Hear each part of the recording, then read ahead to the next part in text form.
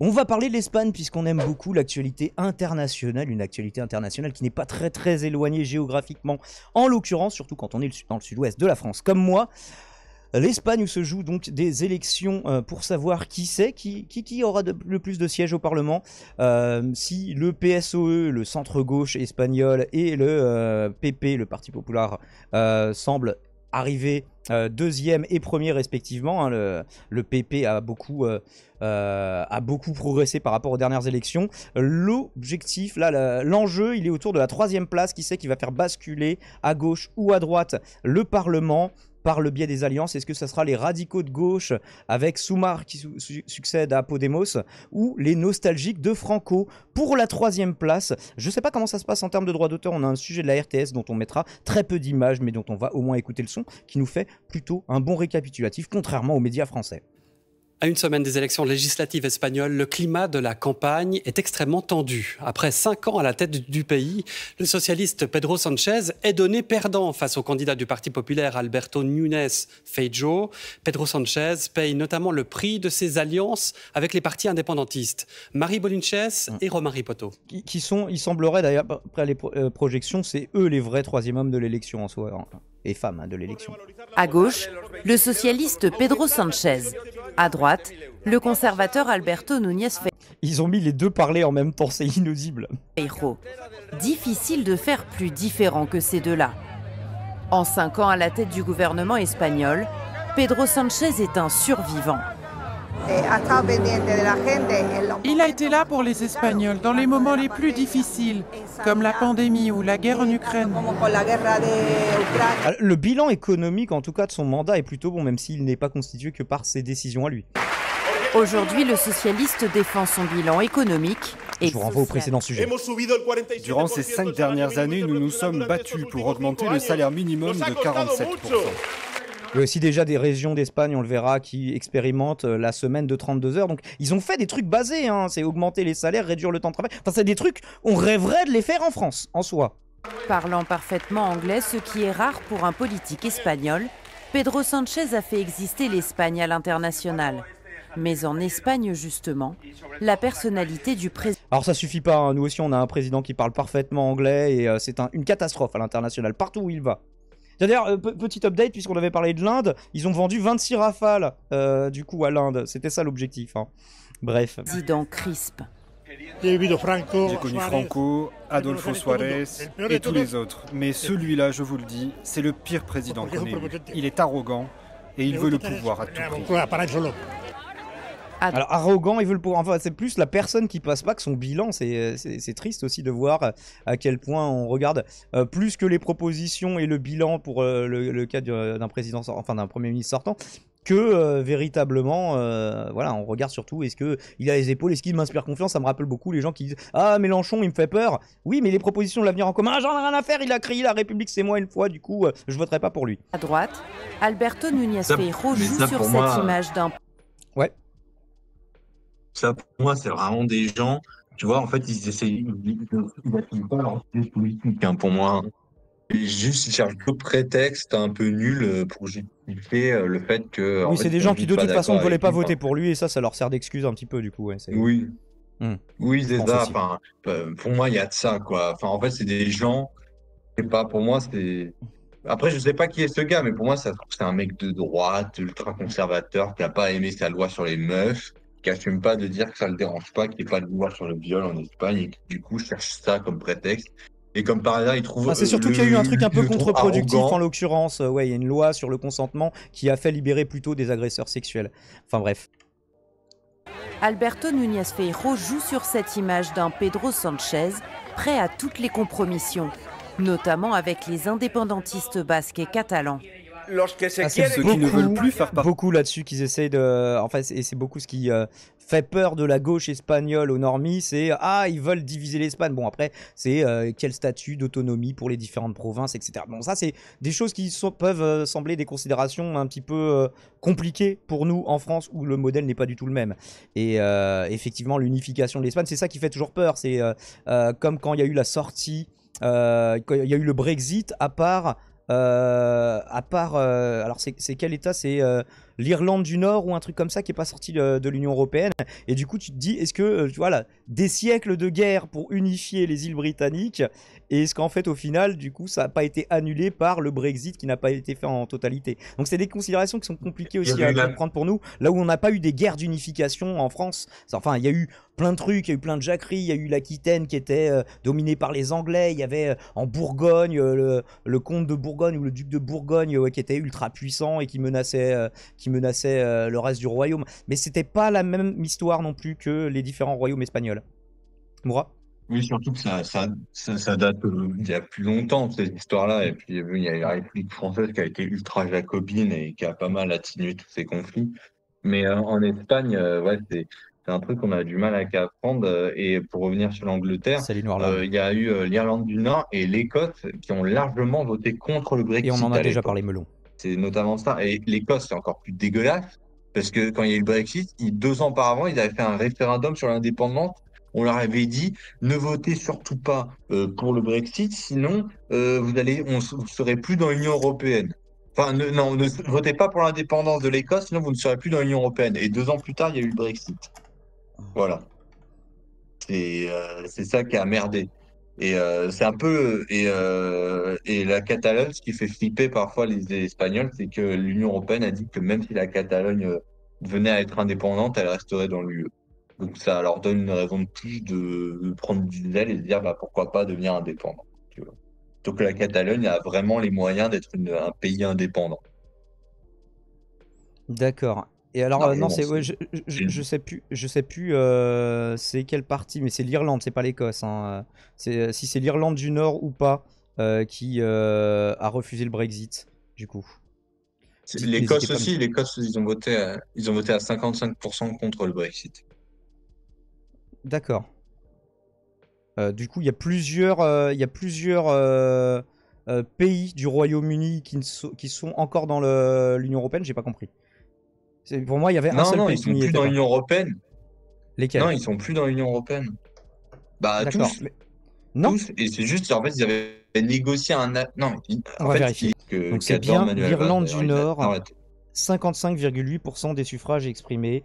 Et du coup, oui, on se posait la question à la base par rapport, pour les gens qui voient la rediff, à la différence d'autonomie qu'il y a entre les nations constitutives du Royaume-Uni et les différentes provinces plus ou moins autonomes espagnoles. Et toi, tu nous disais que la Catalogne, qui était aussi, qui est quand même la province la plus riche, il me semble, celle avec le meilleur niveau de vie, est relativement indépendante par rapport au reste de l'Espagne. Plus que d'autres régions, du coup? Moura? Le Pays Basque, qui est aussi une grosse région. Le Pays Beaucoup Basque, de oui, historiquement, on revendications comprend pourquoi, indépendantes. mais... Hier, il y a Oui, plein de parlements d'ailleurs, autonomes régionaux, by the way, qui sont à considérer. ouais. Et je crois d'ailleurs que pour les prochaines élections espagnoles, on attend un score plus gros que d'habitude des indépendantistes basques. Voilà. Qui reviennent un peu à la charge ces derniers temps. Donc on nous dit l'Irlande du Nord qui n'est plus dans l'Union européenne malgré le référendum. Donc bon, il y a un truc qu'on n'a pas compris, je mettrai à la rediff, voilà, je mettrai un message pour résumer en une phrase la question, puisque là il y a autant de versions que de personnes sur le chat. Donc vous êtes 150, il y a 150 versions du Brexit sur le chat, donc du coup là pour moi c'est un petit peu compliqué. Là malgré la notice Wikipédia, voilà, je sais pas, on verra. On verra ça à la rediffusion. Partis de l'Espagne font la loi en Espagne. Il ne s'agit pas de voter pour Sanchez ou pour Feijóo, mais de choisir entre un gouvernement de Sanchez avec les indépendantistes ou l'unité de l'Espagne. Le discret candidat. Parce que c'est ça la peur qui est agitée, c'est si vous votez pour la gauche, c'est de là qu'on est parti sur la digression, vous allez faire éclater l'Espagne en plein de petites entités. Et donc c'est de cette peur qu'ils essayent de jouer. La conservateur est la surprise de cette campagne. Il est donné gagnant dans les sondages, mais devra sûrement s'allier à l'extrême droite pour gouverner. Cette alliance est devenue le principal argument de Pedro Sánchez. Avec ces élections, nous allons choisir de faire avancer l'Espagne 4 ans de plus. Ah oui, parce que quitte à agiter des peurs, dans ce cas-là, à gauche, tu peux dire oui, vous souvenez de Franco? Vous en voulez encore? Non? Bah évitez de voter pour eux parce qu'ils vont faire alliance. Même s'ils s'en défendent, évidemment. Ou de la faire reculer 5, mais ils l'ont déjà fait. Ou même 40 ans en arrière. Victoire de la gauche ou de la droite, quelques... Oui. honnêtement, ça pue un peu quand ton seul argument, ton principal, c'est pas ton seul, heureusement, mais quand ton principal argument de campagne, c'est juste voter pour moi, sinon en face, il y aura pire. Bon, c'est limité quand Merci même. Melkevich pour le follow. Les trucs, mon bon. Bah, c'est comme pas si juste ça, parce que Mélenchon est arrivé, il dit votez pour moi, sinon. Non, parce que en plus de ça, du coup, il défend lui. Alors, Regardez, bah, on a augmenté le salaire minimum. Alors, c'est pas sous l'impulsion du PSOE, donc Sanchez et la tête de proue.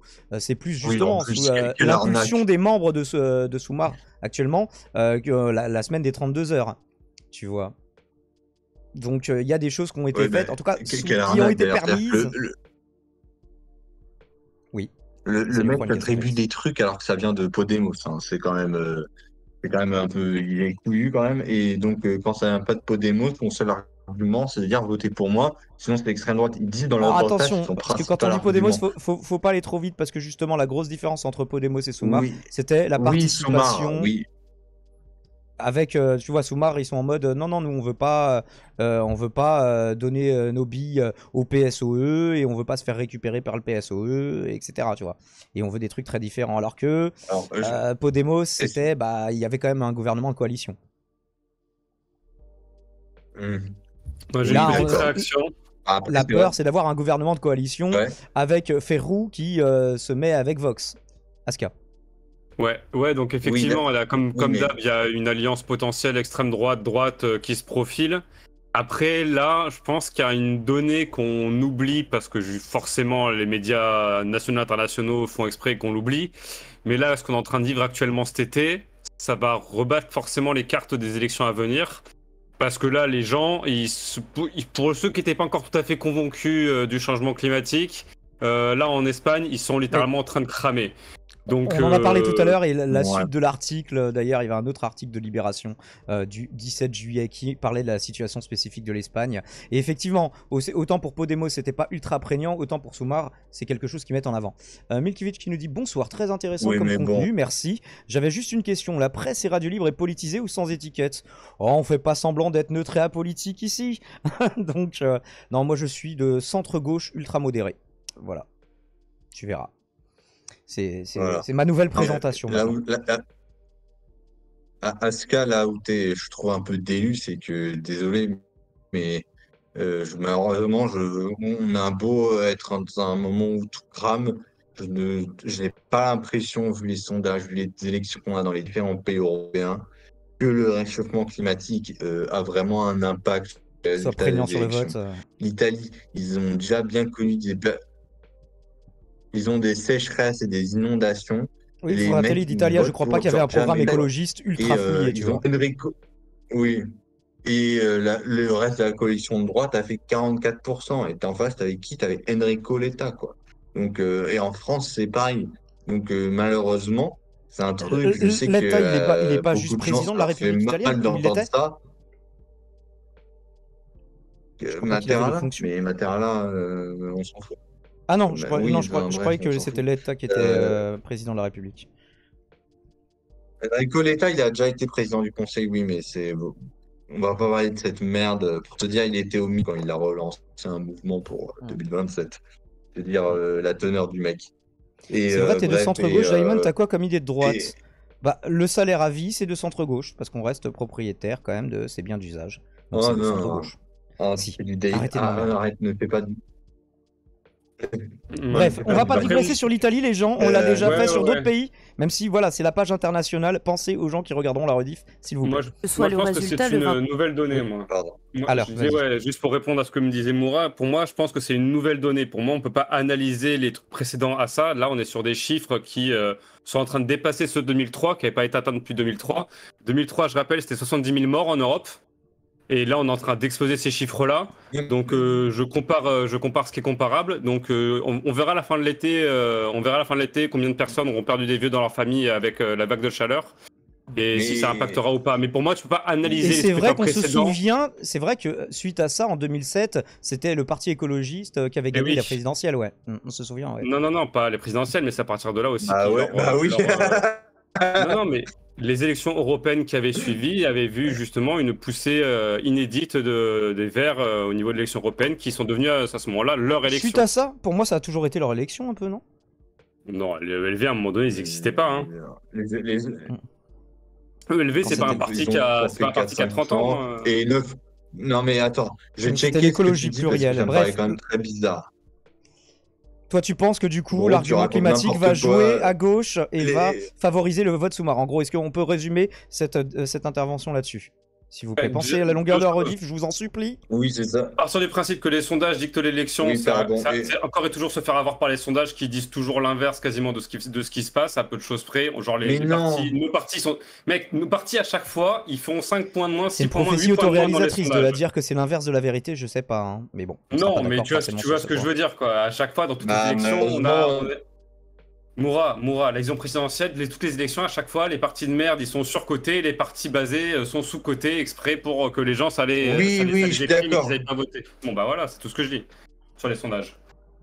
Est-ce qu'on peut reprendre le sujet sur l'Espagne? Je reste pas d'accord avec. Ou pas du tout? Pardon. Gauche ou de la Si on droite, peut. quel que soit le résultat le 23 juillet, l'Espagne sortira de ces élections plus polarisée que jamais. Retour dans la région, merci, Romanel. la RTS pour ce résumé, puisque France 24 n'a pas jugé nécessaire de nous faire un résumé là-dessus. Et c'est un petit peu dommage, puisque, et oui, ça va aussi influer notamment sur est-ce qu'il y a un alignement des forces d'extrême droite via des coalitions dans toute l'Europe, puisque c'est ça qui se joue à la base. En Italie, c'était une coalition de la droite et de l'extrême droite, permise par Berlusconi. Puisse son âme ne jamais reposer en paix. Je ne sais pas si on peut le souhaiter comme ça. Et c'est quand même une situation qu'on voit de plus en plus. Alors avec l'exception notable on avait vu par exemple le Danemark la dernière fois, où c'est en fait du centre-gauche à la droite traditionnelle, où ils prennent des idées d'extrême droite et ils n'ont pas besoin de faire des coalitions du coup. Bref, est-ce que l'Espagne va être encore un pion européen qui va tomber? On ne sait pas, c'est justement là-dessus qu'il y a des prévisions. Alors je sais que du coup les sondages, tu n'aimes pas beaucoup ça. Je vous ai mis en lien bonus par rapport à ça. Alors ça vient, c'est relayé par Euractiv justement. Et donc il y a un peu plus le prisme pan-européen là-dessus. Une projection de GAD 3 pour ABC. Je ne sais pas ce que ça vaut. En tout cas, c'est celle que j'ai trouvée. La projection, donc ici vous voyez en cyan, en bleu clair, le PP. À droite, l'extrême droite de Vox. Ici, c'est pour ça que je disais, en fait, c'est eux les le troisième homme. C'est bien toujours un petit peu sexiste de parler de troisième homme, même quand bien même ils sont constitués de femmes. Je ne sais pas pour les régionalistes. Ils sont 30, en tout cas plus dans les projections que Vox et que Sumar. Est-ce que Sumar va être le dernier avec seulement 25 sièges en projection pour le moment? Je ne sais pas si c'est une prophétie autoréalisatrice de personnes qui ont intérêt à ce que Sumar n'arrive pas au pouvoir. Je ne sais pas. Et le PSOE à 115, le PP à 151. Et donc, voilà, c'est-à-dire qu'en fait, le PP, avec cette projection, ils ne peuvent pas avoir de majorité si ils ne font pas de coalition avec Vox. Alors par contre, Ferro, lui, dans le discours, il dit non, on veut pas faire alliance avec Vox. Par contre, avec les mecs les plus à droite du PSOE, pourquoi pas? Et donc c'est un petit peu comme ça qu'il essaye de le vendre. Est-ce que vous aviez une première réaction? En gros, il veut juste faire un truc de ça.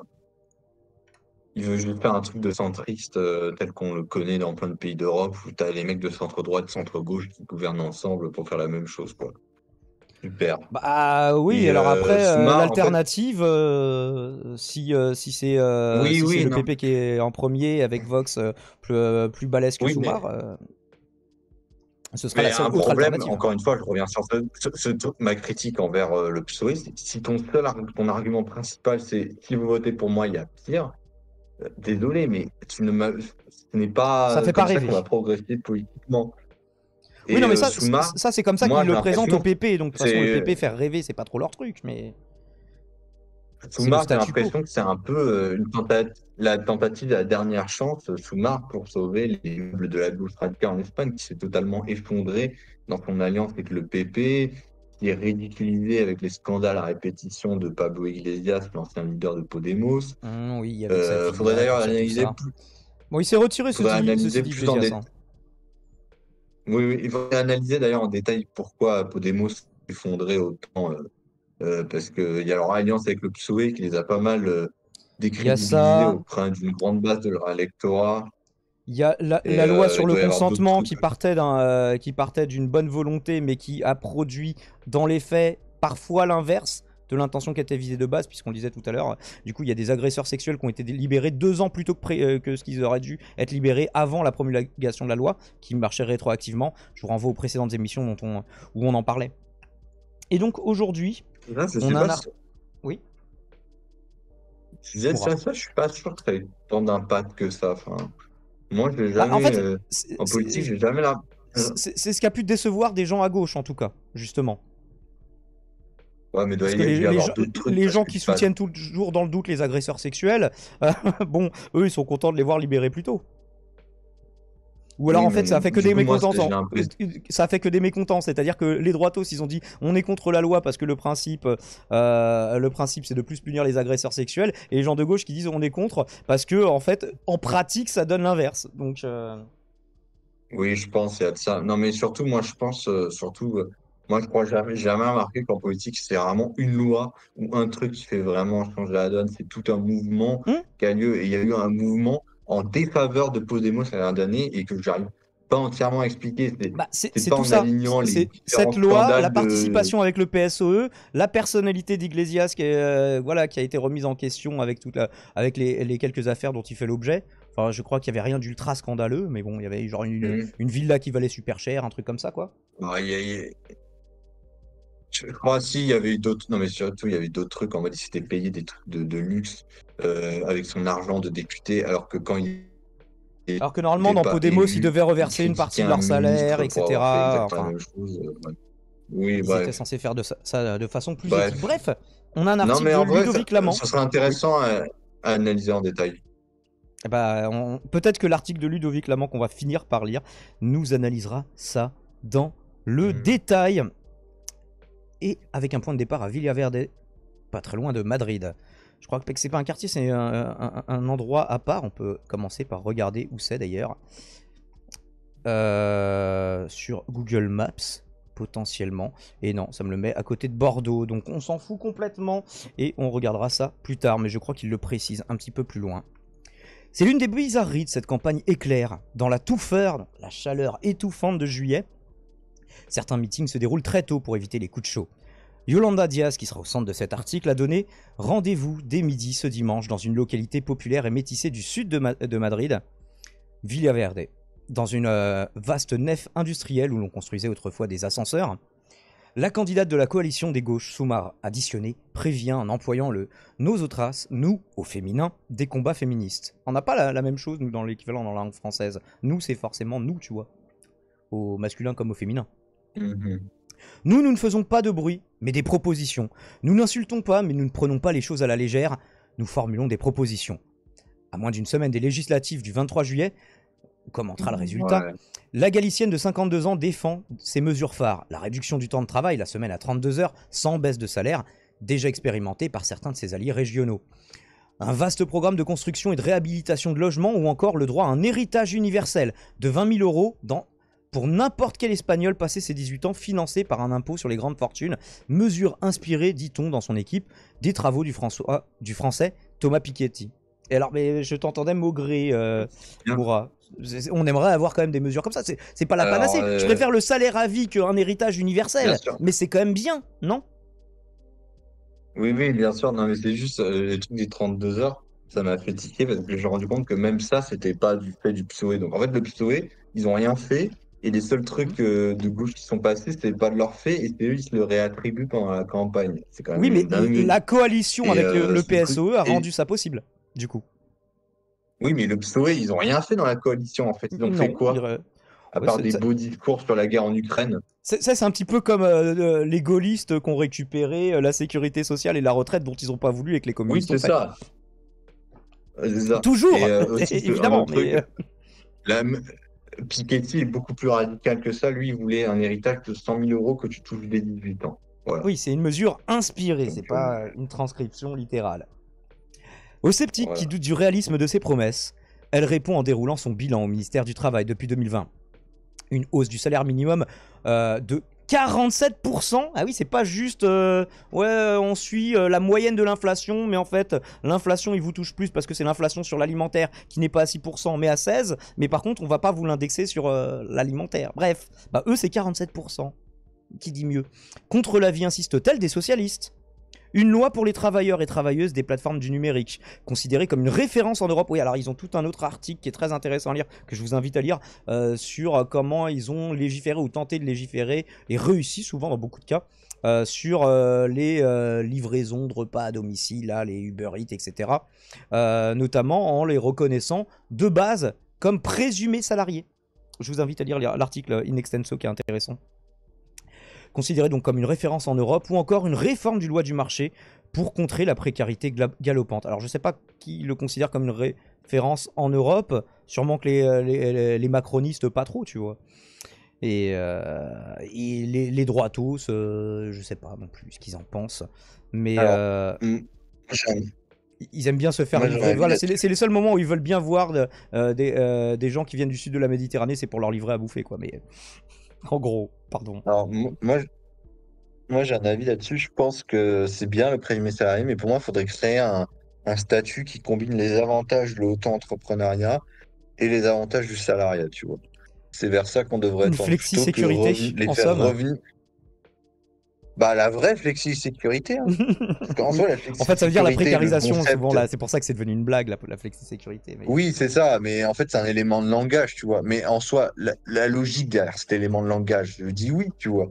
Mais juste que derrière, évidemment, je sais que c'est une douille libérale, mais il y a eu, au fond de moi, je me dis, ah, quand même, il y a ce côté, oui, je n'ai pas envie de faire le même métier toute ma vie, je n'ai pas envie d'être salarié, de devoir devoir cotiser, attendre ma retraite, d'avoir des congés 5 semaines par an, tu vois. Donc, je me dis, c'est bien le présumé salarié, mais il faudrait aller plus loin, tu vois, développer un nouveau statut pour ces nouveaux travailleurs, tu vois, qui n'existaient pas avant, tu vois. Donc, oui, il y en a qui précaire.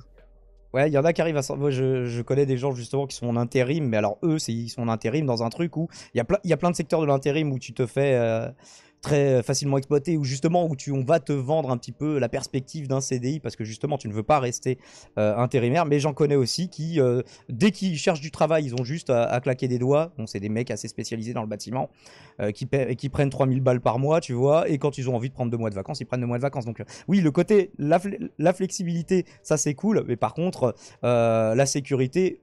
les potes auxquels je fais référence, c'est juste parce que ils profitent d'une anomalité dans le marché de l'emploi. C'est justement le commentaire que j'avais laissé dans la vidéo dans la sauce Ribot.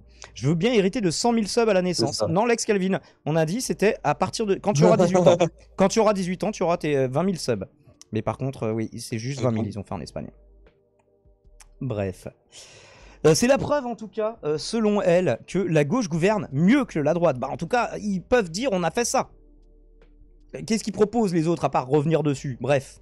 Dans la salle, le parterre de quelques 500 personnes applaudit à tout rompre. Mais dans l'Espagne de 2023, poreuse au discours d'extrême droite, d'ailleurs nostalgique du franquisme, on avait vu dans un sujet sur les gens qui votent Vox, l'ambiance n'est pas aussi survoltée que dans l'ancienne usine de Villaverde. Oui, parce qu'il y avait aussi beaucoup, là, genre l'extrême droite, catholique, anti-avortement, enfin, il y avait un petit peu tout ça, justement. Hein. Yolanda Díaz sait qu'il ne suffit pas d'aligner un bilan ou des propositions ancrées à gauche pour gagner dans les urnes. Il faut aussi faire un environnement médiatique plutôt... Il faut faire avec un environnement médiatique plutôt hostile. Et sortir de la résignation une partie de l'électorat de gauche qui avait porté au pouvoir en 2019 une coalition inédite des forces de gauche. Dire que tout est perdu, c'est le récit de la droite, avait déjà mis en garde la candidate dans un entretien à Info Libre, partenaire de Mediapart, la semaine dernière. Nous allons gouverner avec les socialistes et nous nous y prendrons mieux, prophétise-t-elle encore dans un autre entretien fleuve dimanche à El País, c'est l'équivalent du Monde en Espagne en termes de diffusion. Et de positionnement aussi, je crois, c'est centre-gauche aussi un peu. Centre-gauche très modéré. El País ? Ouais. C'est centriste, oui. C'est Le Monde, quoi. Oui, ouais. C'est Le Monde, quoi. C'est un journal centriste qui peut se soumettre facilement au pouvoir. La campagne de 2023 se décline en 2 blocs. À gauche, à ma gauche, ding ding ding, le Parti Socialiste, le PSOE et Soumar espèrent répéter la coalition sortante. À l'époque avec Podemos. À droite, le Parti Populaire, le PP, même s'il ne le dit pas explicitement, se prépare à gouverner, vous entendiez Ferro tout à l'heure, mais se prépare à gouverner avec l'extrême droite de Vox. Si le PP et le PSOE sont donnés devant, la vraie bataille est pour la 3e place, clé pour former la coalition. Ah oui, parce que c'est pas un truc à 2 tours où à la fin, il y a un président. Là, c'est les législatives qui sont l'élection la plus importante. Qu'est l'élection la plus importante, du coup. Encore que, du coup, vu qu'il y a beaucoup d'autonomie dans certaines provinces avec des parlements régionaux, etc., on pourrait le matiner, mais bon. Sur l'estrade dimanche, l'éternel second des campagnes de la gauche espagnole, Íñigo Errejón, je prononce sûrement mal, ex-bras droit de Pablo Iglesias au début de Podemos, décrit à sa... donc c'est le poulidor de la gauche espagnole, décrit à sa gauche les 3 options du vote de dimanche. 1. L'option de la haine, le vote PP ou Vox. Rien d'autre qu'un retour en arrière de 50 ans. L'option du statu quo, l'idée que les choses sont bien comme elles sont, le bulletin socialiste, le PSOE. Et enfin, le vote pour Soumar, qui met au cœur de la campagne la vie des gens qui travaillent. Si elle veut peser dimanche soir, Yolanda Díaz doit surtout contrer l'effondrement de Podemos. Moins de 5% dans les régions où le parti s'est présenté en mai. 2 ans après le retrait de Pablo Iglesias, l'ancien mouvement né de l'indignation, indignez-vous, est donné pour mort par ses adversaires. Sur ces ruines, Díaz a bâti Soumar. Alliance de pas moins de 16 partis nationaux et régionaux. Ah, du coup, tout à l'heure, c'est pour ça que il faisait le distinguo avec les partis régionaux, mais est-ce que c'est pertinent dans tous les cas? Je viens de voir une info intéressante à propos d'El País. El País, c'est édité par le groupe Prisa, qui est un énorme groupe de presse en Espagne.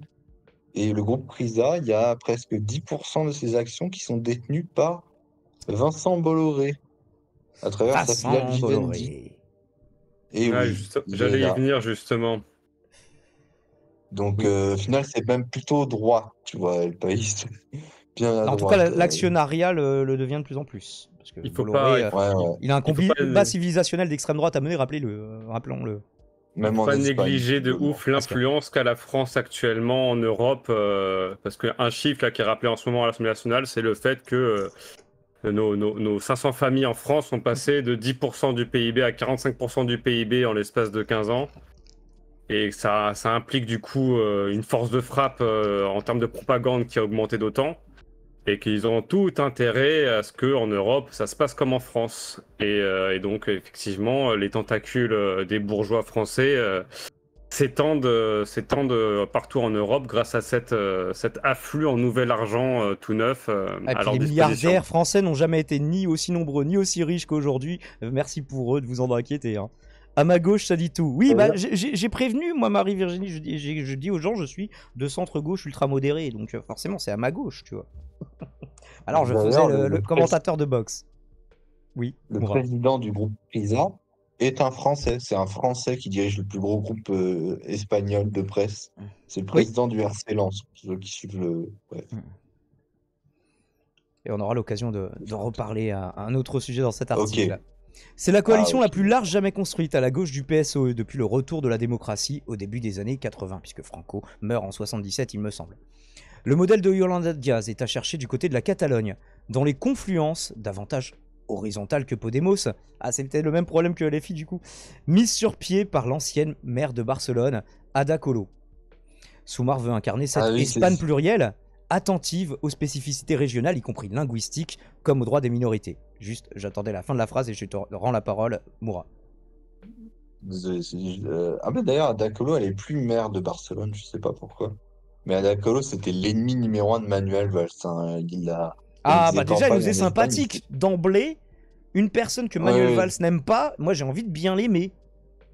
Oui, surtout qu'en vrai, c'était une bonne mère. Il avait fait un score zémoriste d'ailleurs à la mairie de Barcelone, il me semble, Valls. Oui. Genre un truc genre 7%, ouais. Non, 13, mais il a fini 5e, quoi. Il est 5e de l'élection, quoi. Plus personne ne veut de lui depuis d'ailleurs. Et il devait empêcher ni au PS, ni à LREM. Il devait empêcher les indépendantistes d'être à la tête de la mairie. Au final, ils y ont été quand même. Il a essayé de s'allier avec Vox, ça n'a pas marché. Voilà. Ah ouais? Il est revenu en France. Sérieux, il a essayé de s'allier avec Vox, Valls? Mais non, j'avais pas vu. Oui, pour chasser pour chasser les indépendantistes de la mairie de Barcelone, il a voulu s'allier avec Vox à un moment. Putain, et le mec était censé être, même si c'est, voilà, le centre droit, le PS, tu vois, mais...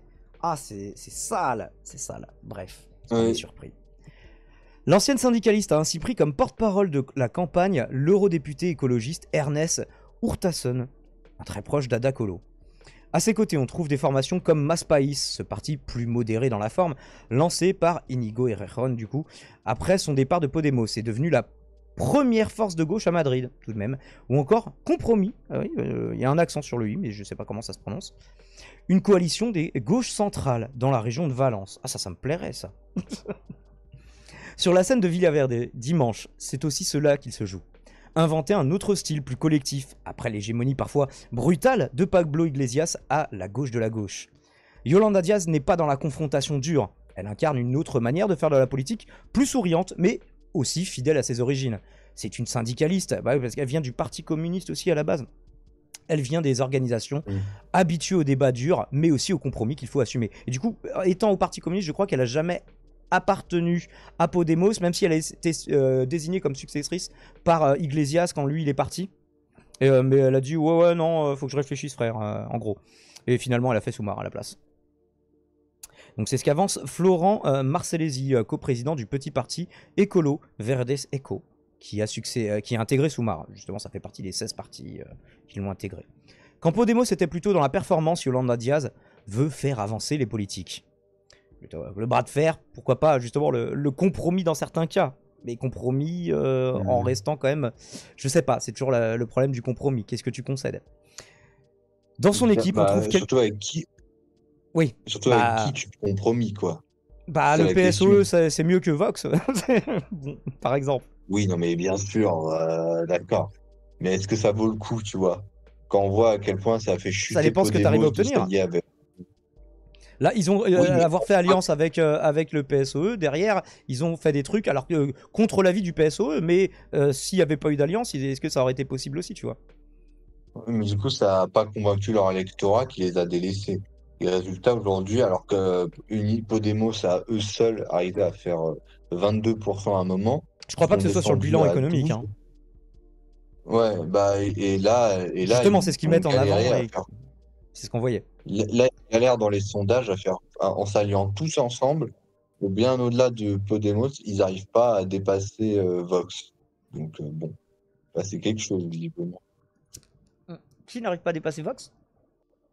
Bah Soumar dans les sondages. Ah. Ils sont à côte à côte. Alors peut-être qu'ils y arriveront, mais ça sera de justesse visiblement. Espérons que l'écologie achève de les convaincre, comme le pense Aska. Ouais. Réponse dimanche prochain.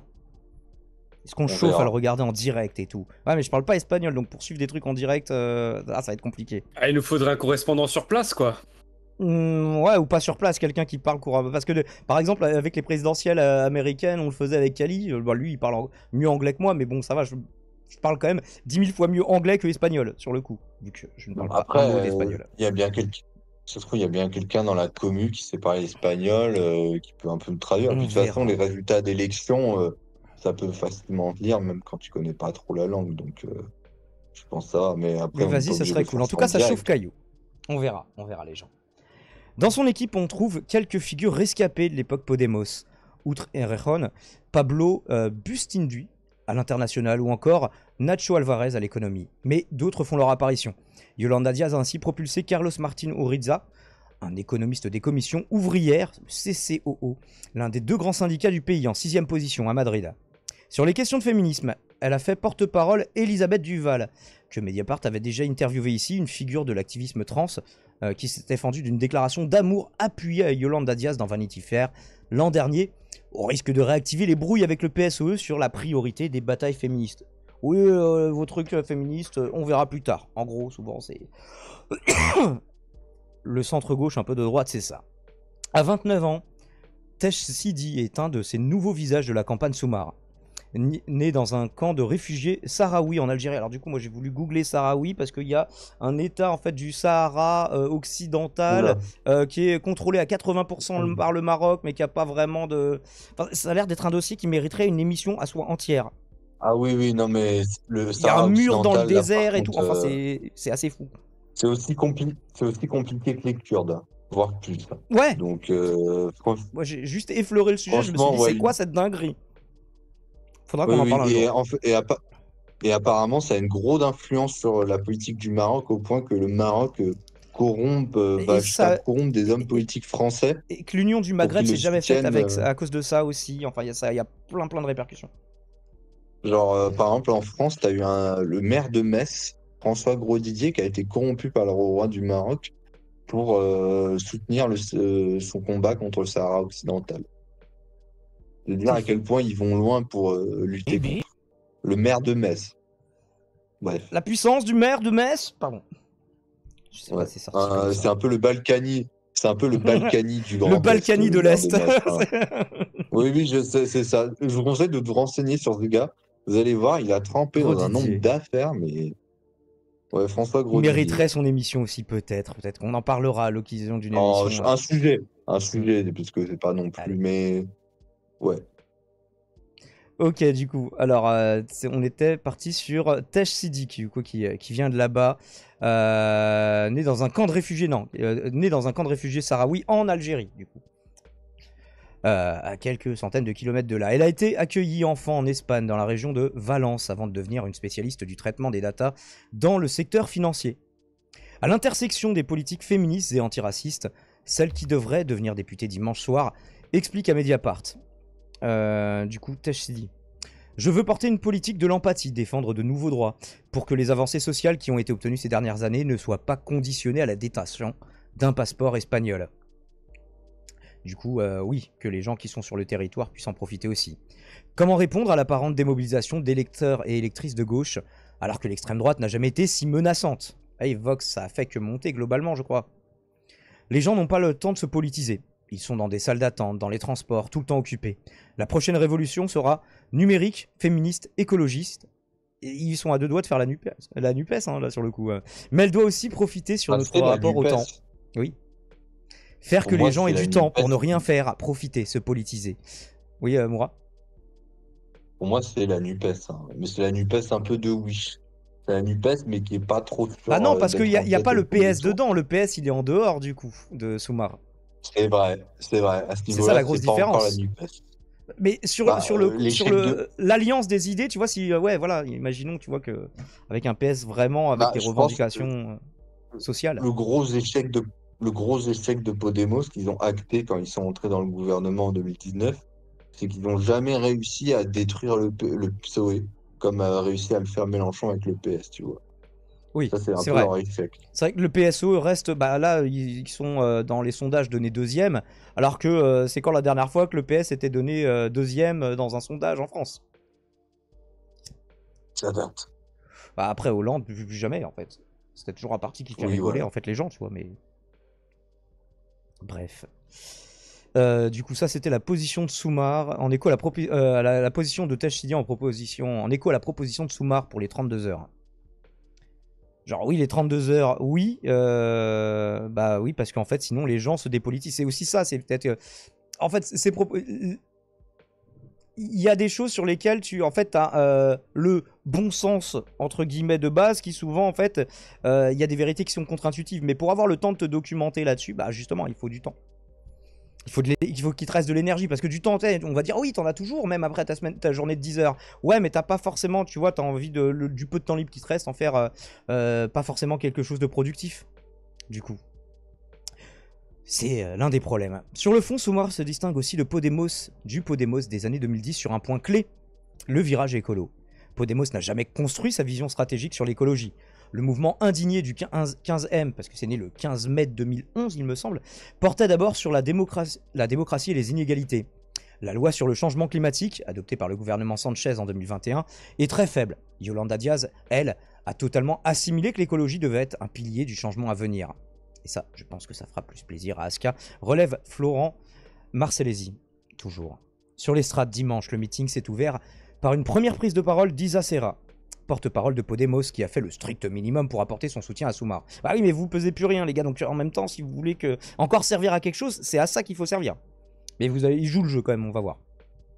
Il a fallu attendre ce lundi, 6 heures avant le scrutin pour que Diaz tienne enfin un meeting commun avec Ione Belarra, secrétaire général de Podemos à Pampelune. Mais c'est qui cet homme glissant là? Et merci Yukaino qui nous raide avec une escouade de 24 personnes déterminées à parler de l'Espagne. Bon, la fin du sujet sur l'Espagne. Comment ça va ce soir? Vous parliez de quoi? Est-ce que c'était du React sur Drag Race? Non, ça c'est plus le week-end. C'est le contenu détente du week-end de Youk, ça plutôt. Salut Youk, salut Vibro Michel, salut Gentil tout plein. D'ailleurs, SO à Yukaino. On n'a pas fait de SO tout à l'heure à Gornarchy. On va le faire aussi. J'en profite. Ça donne des épaules, alors ça donne l'illusion d'avoir les épaules pour ce que ça propose, mais j'ai pas l'impression qu'ils l'ont. J'ai un peu l'impression que c'est un bricolage de dernière minute pour sauver les meubles. Moi, c'est la sensation lointaine que j'ai, mais après. Bah, sur le fond, c'est peut-être même un petit peu plus basé que ce que faisait Podemos, même si. Bah, faudrait voir. Moi, j'attends de voir les résultats. Ça se trouve, ils vont créer la surprise. Ouais, puis aux législatives en France, l'accord électoral NUPES s'est fait en 13 jours, je crois, un truc comme ça. Ouais, mais ils avaient le petit code Mélenchon. Ouais, mais il y avait LFI et LFI pesaient lourd, alors qu'il n'y a pas de parti à l'intérieur de Soumar qui individuellement pèse lourd. C'est ça un petit peu le problème. Ouais, ils n'ont pas de centre de gravité.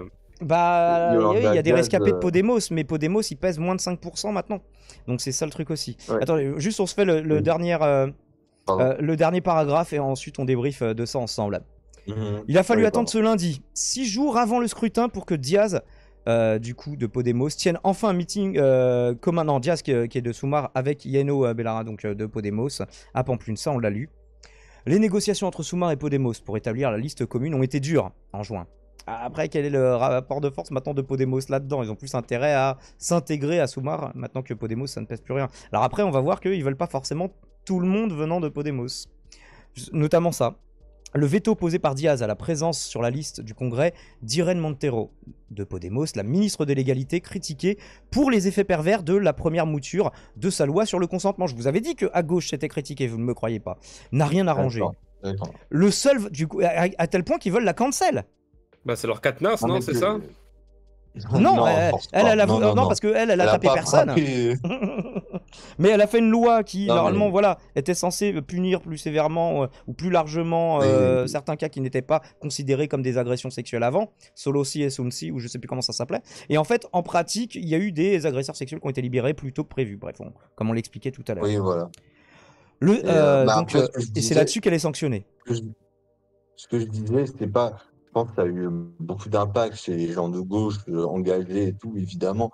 Mais je pense que chez l'électorat qui avait séduit Podemos, qu'ils avaient amené à 22%, je pense pas que c'est cette loi-là qui les ait convaincus d'arrêter de voter pour eux. Faites du super taf aussi pour les droits trans. Oui, sur les droits trans, là, il y a vraiment que les droits tard que ça fait gueuler. Mais sur la loi sur le consentement, c'est critiqué aussi à gauche, du coup, pour sa mise en pratique. Ouais, oui, bien sûr, bien sûr. Et la loi sur les droits trans, en France, on a forcé avec, notamment en faisant chier Ruffin, entre guillemets. Après, même lui était pas bon sur ça, mais alors qu'en vrai, ça n'a pas tant pesé dans le débat que ça. Hein.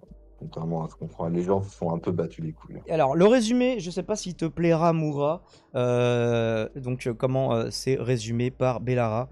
Le seul vote sûr pour freiner les droites, donc oui, c'est eux, c'est pas nous, et consolider nos droits. Donc il y a quand même des acquis qui viennent d'être actés, et si vous voulez les conserver, bon, alors après, peut-être il n'y a pas une proposition de trucs supplémentaires qui... Si, la généralisation des 32 heures à d'autres régions. Donc le seul vote sûr pour freiner les droites et consolider nos droits, c'est le vote pour Soumar. C'est ce qu'a quand même fini par déclarer Belarra de Podemos lundi. La mobilisation du dernier électorat Podemos, même rétréci, sera décisive pour que Soumar passe devant Vox dimanche soir. Là, on est vraiment à 5% près, évidemment. Donc il fallait le soutien de Podemos à Soumar, même ce qu'il en reste, et qui peut faire la différence du coup. Dimanche, nous le verrons, nous le chroniquerons, un article de Ludovic Lamant que j'ai trouvé assez intéressant, que je m'étonne de ne pas retrouver dans les pages Monde des autres journaux. Je ne vise personne, on lisait Libé, mais quand même on ne lit pas ça dans Libé. On lit au sujet de l'Espagne qu'elle brûle. Bon, c'est déjà ça. Et je vous montre l'article également du coup. L'Espagne sous le choc d'une 3e vague de chaleur. Température qui dépasse les 40 degrés dans de nombreuses régions. Bon, on n'est pas aux 52,2 degrés qu'on regardait tout à l'heure. Et quand même, Cordoue, 44,4 degrés dans la commune de Montoro. Donc, est-ce que ça va jouer dans les élections? Si vous voulez retrouver l'article de François Musso correspondant à Madrid. Il est en page 11 du Libé d'aujourd'hui. Moi, je te donne la parole. Et Aska aussi. Vas-y, Moura. Non, je devais faire une vanne. Je disais, c'est bon pour la gauche, c'est une canicule. C'est-à-dire les vieux, ils vont mourir en allant au bureau de vote. Donc, il y aura moins de votants pour la droite. Ah, les vieux vont mourir en... Oui, parce que là, ton son était tellement faible que je traduis pour les gens. Oui, pardon, je disais, en gros, les vieux, ils vont crever en essayant d'aller voter. Du coup, voilà, la gauche va sortir vainqueur. Voilà, c'est mon pronostic. Moi, j'allais faire un petit appel à nos amis les animaux sur 3 aspects. La police ne les abandonnez pas. Non. Vu que c'est l'été, il y a beaucoup d'abandons d'animaux, donc voilà, et essayez de pas faire en sorte de pas les abandonner. S'il y a des potes à vous qui en ont l'idée des tromper les faire, ouais. Pensez aussi que le sol est très chaud, donc sortez-les la nuit, parce que nous on a des chaussures. Une conclusion sur l'Espagne, je te rappelle que là on est dans pense aux viewers du futur, après on en parlera si tu veux. Mais tu parlais du fait qu'il faisait vachement chaud, c'est pour ça, et du coup ça me faisait penser à ça. Non, mais et sur l'Espagne, mais c'est un sujet. 60 degrés au sol en Espagne. Mais Oh non, non. Bon, bah tant pis, vous n'aurez pas la conclusion d'Aska Spectateur du futur. Merci d'avoir vu cette review. Merci d'avoir suivi cette chronique. Et on est sur Twitch, souvent le soir, die_mon, si vous souhaitez nous suivre en direct.